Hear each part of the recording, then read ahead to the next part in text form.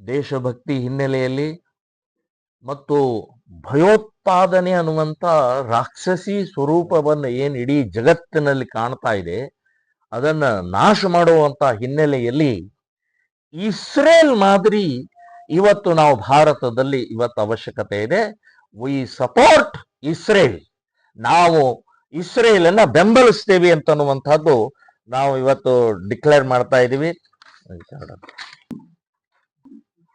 ದೇಶಭಕ್ತಿಯನ್ನ ನಾವು ಇವತ್ತು ಕಲಿಯಬೇಕಾಗಿದೆ.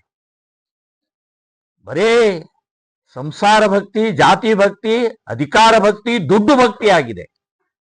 ದೇಶಭಕ್ತಿ ಇಸ್ರೇಲ್ ಮಾದರಿ ನಮ್ಮ ಭಾರತಕ್ಕೆ ಬೇಕಾಗಿದೆ ಅಂತನ್ನುವಂಥದ್ದು ಹೇಳ್ತೀನಿ.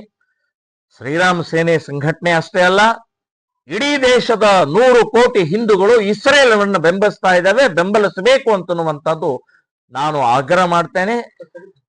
ಈ ಭಯೋತ್ಪಾದನೆ ಅನ್ನುವಂಥದ್ದು ಭಯಂಕರ ಭಯಾನಕವಾದಂತ ಭಯೋತ್ಪಾದನೆ ಅಂದ್ರೆ ಬಾಂಬು, ಬಂದೂಕು, ಪಿಸ್ತೂಲು, ಕೊಲೆ ಅಷ್ಟೇ ಅಲ್ಲ.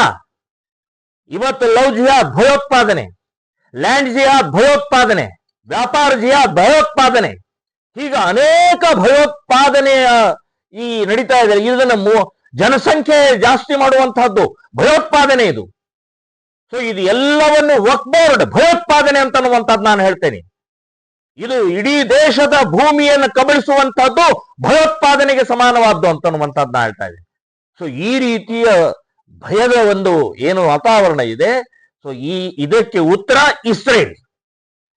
ಇಸ್ರೇಲ್ ಭಯೋತ್ಪಾದನೆಯ ಮೂಲೋತ್ಪಾದನೆಯನ್ನು ಮಾಡ್ತಾ ಇದೆ, ಅದನ್ನು ಪೂರ್ಣ ನಷ್ಟ ಮಾಡ್ತಾ ಇದೆ.